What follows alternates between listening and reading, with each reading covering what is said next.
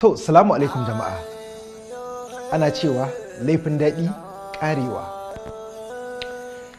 Muna godiya da irin haɗin kan da kuke bamu ta wajen kallon wannan series ɗin mai suna alaƙa. Sannan muna ganin saƙonninku iri-iri da kuke turo mana, kuma muna matuƙar godiya akan haka. Don wannan saƙonnin da kuke turo mana kusan su suke ƙara mana ƙaimi wajen ganin cewa mun kawo muku abin da zai ƙayatar da ku.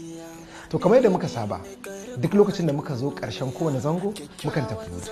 Wannan karan ma mun zo ƙarshen zango na biyu. Saboda haka za mu tafi hutu, amma kun san hutunmu ba mai daɗewa ba ne. Za mu dawo muku nan ba da daɗewa ba.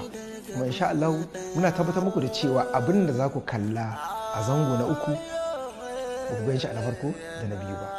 Mun gode, Allah ya gaza.